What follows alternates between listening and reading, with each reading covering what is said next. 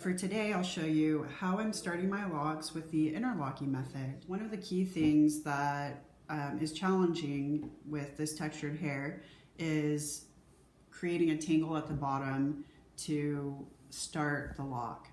So I'll show you different ways I've done that, as well as just cheap tools that I'm using to interlock my hair all the way to the root.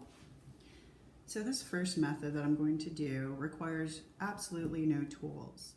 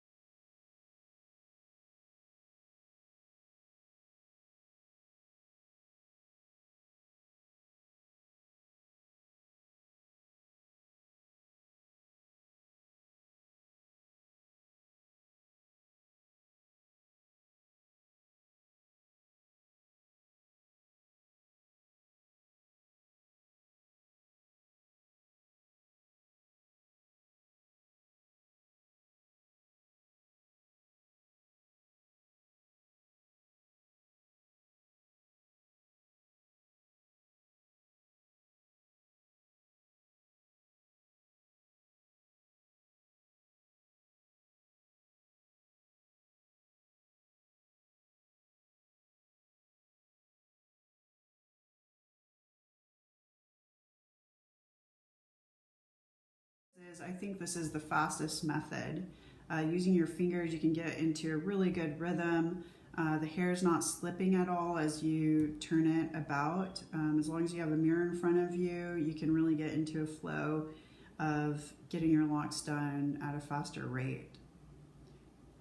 Another pro is that the lock, I think, looks the most consistent when I use my fingers because I can push each lock or each interlock down. The major con, I think, is not being able to get close to the root. And for me, that's a big no-no after having tried braid locks and leaving a lot of loose hair at the root. I have a lot of short hairs as well that are at the roots, and with my braid locks, those quickly married into their neighboring braid locks. The last con that I have to this method is that I experience a lot of snagging because the skin around my fingernails is not the smoothest. I have a lot of like hangnails or jagged dry skin or whatever. So when I would pull my finger through down and push the hair down, I would encounter a lot of snagging along the way, which is not great for your hair follicles because it's tugging and unexpectedly pulling at the roots. All right, let's try the next method. I thought, hey, I have these little rubber bands. How about I just tie it at the end here, interlock my hair, and then braid it at the end. So I would create a little knot here and then do what I just did with my fingers or with a tool.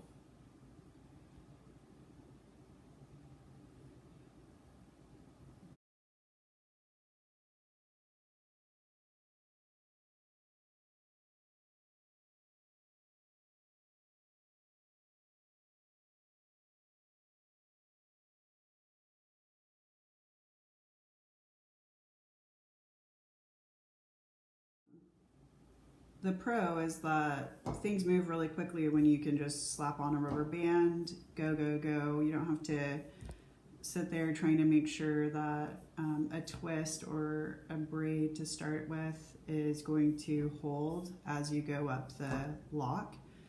So it's pretty fast to get started. Cons of using the rubber band for the bottom of the lock. The rubber band is rubber, so it sticks to your hair as you are flipping your hair through each knot. So that's not really nice and creates a different kind of snag than your fingers. So there's a lot of friction as you are doing it. You have to kind of create space for the little rubber band knot to get through if you don't want any friction. Another con is taking the rubber band off at the end might leave you with fewer strands of hair. Now I want to show you how to interlock with really cheap tools that you can find in a craft store. If you can see, they're both plastic yarn needles. They're just of different sizes. So when I use a tool, I want to start out with a braid at the end to secure the bottom of the lock. And you can do that a number of ways. I'll show you just a couple of different ways that I've done it for the front side of my head. This first way will only work with hair on the front side of your head because I use my mouth. I usually don't have lipstick when I do this, so right now I'm gonna be getting lipstick all over my hair, which is not great, so don't do that.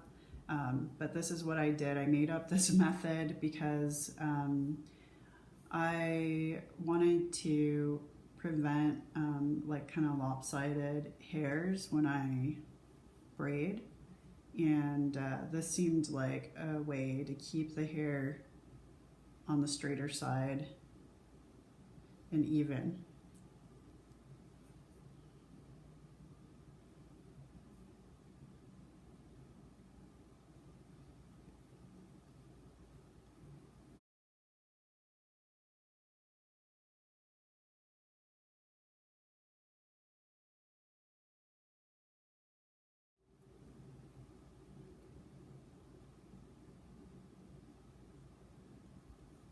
So now there's a braid to start out the interlocking with. I'll take this down and show you the other way that I've done this.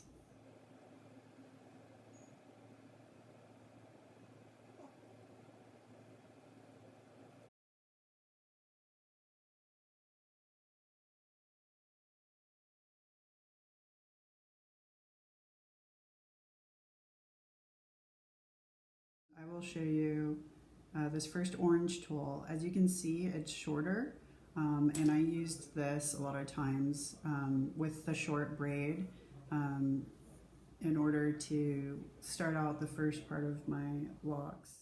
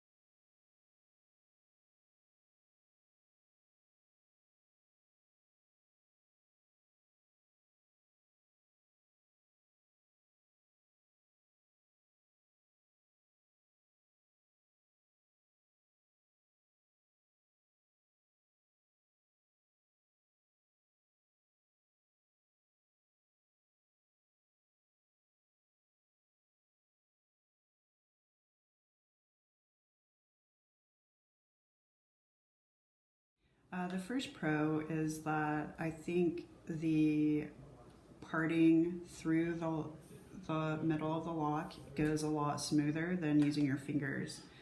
Because all the edges are smooth, you can part down to the right, up and left through the root of the lock and pull it down without, I guess, having to concentrate your finger through to weave through all the hairs slowly and then pull them down. The next pro is a lot less snagging than using your fingers, again because the tool is really smooth.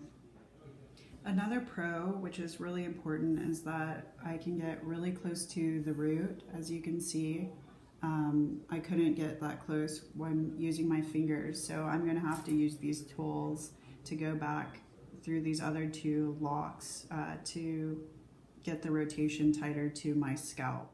All right, there are some cons to using these tools that I've experienced. One is I still struggle with grip. Once I thread the hair through, the hair slips right out a lot of times, so I have to physically hold it as I'm weaving the hair through the loop. The longer, the more I am towards the root and the more length that I have at the end, it's easier because if there's any slippage, it just goes up and down the length of the lock. But if I'm starting here, the whole piece just ends up coming out and I have to rethread the needle. Another con is that when I'm weaving through and trying to push the hair down, it doesn't seem to stay down as well as when I use my finger to press the hair down and go back in for the next rotation. So I'm thinking that I might have a lot of gaps, which is not what you really want with interlocking. So we'll see, I guess, as I progress through the journey. Hopefully the hair will tangle enough through the middle.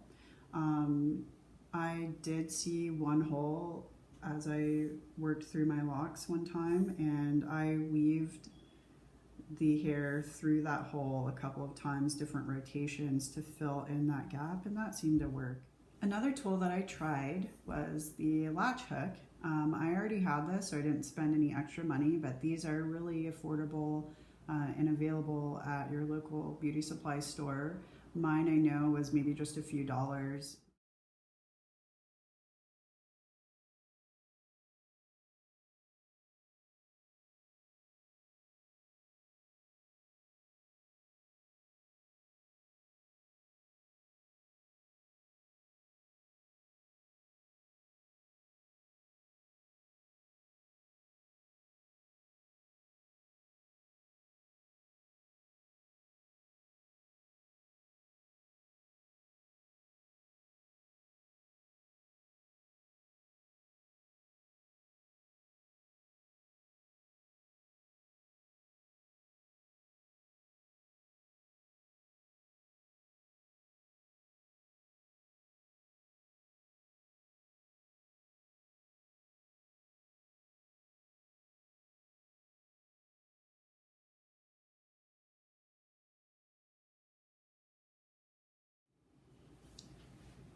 I'm not going to finish using that method because of one major con to me.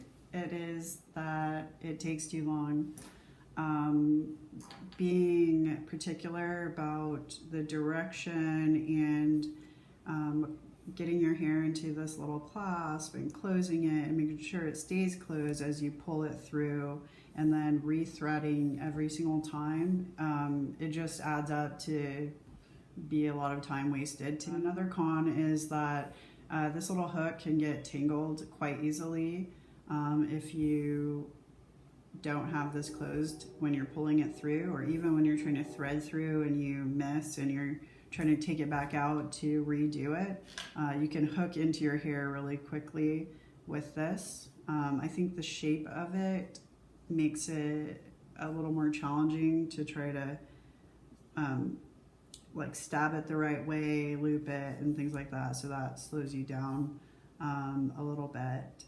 Let's talk about the pros. The pros is that using this is really convenient if you were using, or if you were used to using it with crochet braids. So I'm not going to dismiss it. I think it's really convenient, especially if you already have it.